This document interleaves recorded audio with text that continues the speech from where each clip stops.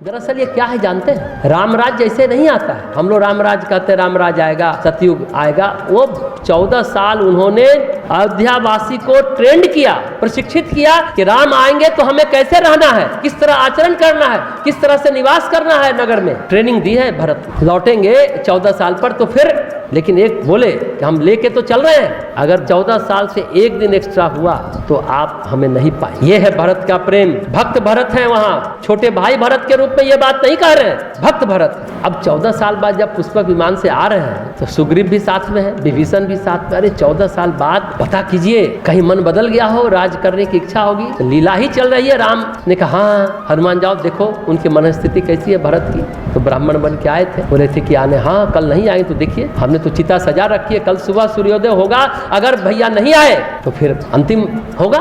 दौड़ के भागे के जल्दी चलिए, वो तो चिता सजाए बैठा है भरत, सूर्योदय से पहले पहुंचिए। इसलिए कहते हैं भरत के बराबर प्रेम है। समझ में आ गया होगा, लक्ष्मण से ज्यादा हम तुमको प्रेम करते हैं और भरत के बराबर प्रेम करते हैं, भरत के बराबर तुम प्रिय हो। ये बातें अपने आप में अद्भुत है, छोटी छोटी बातें हैं। रामायण के अनछुए प्रसंग से प्रेरणा यही लेती है कि हम लोग को जीवन की रीति नीति का निर्धारण कैसे करना, कैसे जीना चाहिए। परिवार में, समाज में, कार्यस्थल पर, ऑफिस में, दुकान में, कहीं भी आप स्कूल जाते हैं, बच्चे हैं, ट्रेनिंग सेंटर पर है, कहाँ है, कैसा आचरण करना चाहिए, कैसे जीना चाहिए। रामायण रामचरितमानस यही कहता है। और खासकर इस बार जो अरे पशु पक्षी मुक्त हो सकते हैं तो हम तो इंसान हैं, हम क्यों नहीं मुक्त हो सकते? हमने तो कहा था ना आपको, चौपाया जानवर है वो भी मुक्त हो रहा है, वो सीधा खड़ा नहीं हो सकता, थोड़ी देर तक दोनों पर उठाएगा गिरा लेगा। बड़े भाग मानुष तन पावा अगर कहते हैं, किस लिए कहते हैं? कि देवता भी तरसते हैं इस मनुष्य योनि को पाने के लिए।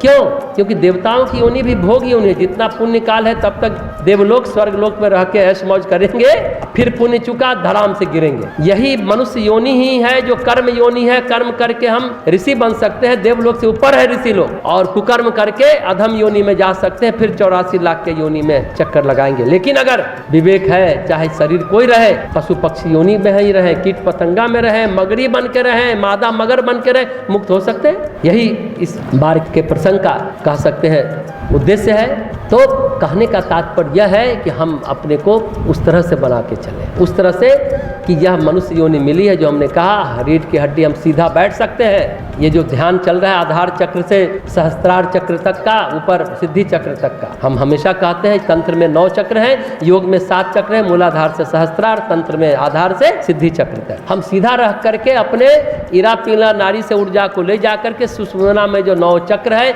उसका जागरण कर सकते हैं। स्टेप बाय स्टेप हम लोग प्रतिदिन पूजा में बढ़ रहे हैं, नवरात्रि अनुष्ठान में एक एक चक्र को भेद रहे हैं, ऊपर की ओर उठ रहे हैं। आज हम लोग हृदय चक्र पर थे, कल नाभि चक्र पर थे। कल कहे थे ना पेट गुड़गुड़ होता है, मतलब अरे बहुत लोभ है, जिसको लोभ होता है उसका पेट गुड़गुड़ करता है, बहुत ईर्ष्या होती है तो पेट गुड़गुड़ करता है। उस ऊर्जा को हमने उदारता और संतोष की ऊर्जा में बदला। आज हृदय चक्र पर द्वेष और भय की ऊर्जा को हमने प्रेम की ऊर्जा में बदला। यही है मनुष्य जीवन में ही, मनुष्य शरीर में ये सुविधा है कि हम सीधा बैठ करके साधना करके मुक्त हो सकते हैं। लेकिन पाश से बंधे हैं, लोभ मोह अहंकार नामक बहुत बड़ा पाश है जो हमें बांधे हुए है और हमें घुमाता रहता है। उसी से मुक्त हो तो कहे ना, पाश से जो मुक्त करे वही पशुपति है। पाश से हम लोग मुक्त हो